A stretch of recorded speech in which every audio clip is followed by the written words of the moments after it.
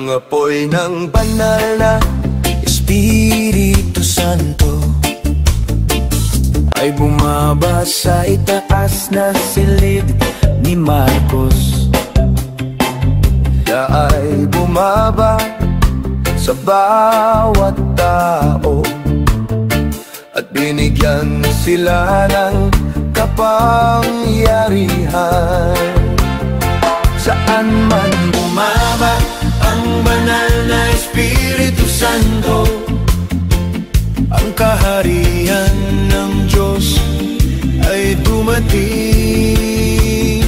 Saan man bumaba ang banal na Espiritu Santo, ang kasalanan ay naglaho. Hayaang bumaba muli ang apoy ng Espiritu sa mga simbahan sa lupain ito, sa buong mundo na nababalot ng kasalanan. Hayaang umihip ang hangin ng Espiritu, ang apoy ng banal na Espiritu Santo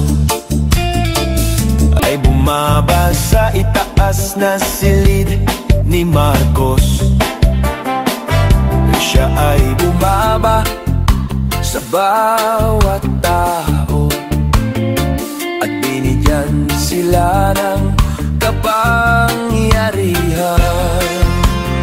Saan man bumaba ang banal na Espiritu Santo, ang kaharian ng Diyos ay dumating. Saan man bumaba ang banal na Espiritu Santo, ang kasalanan ay naglaho.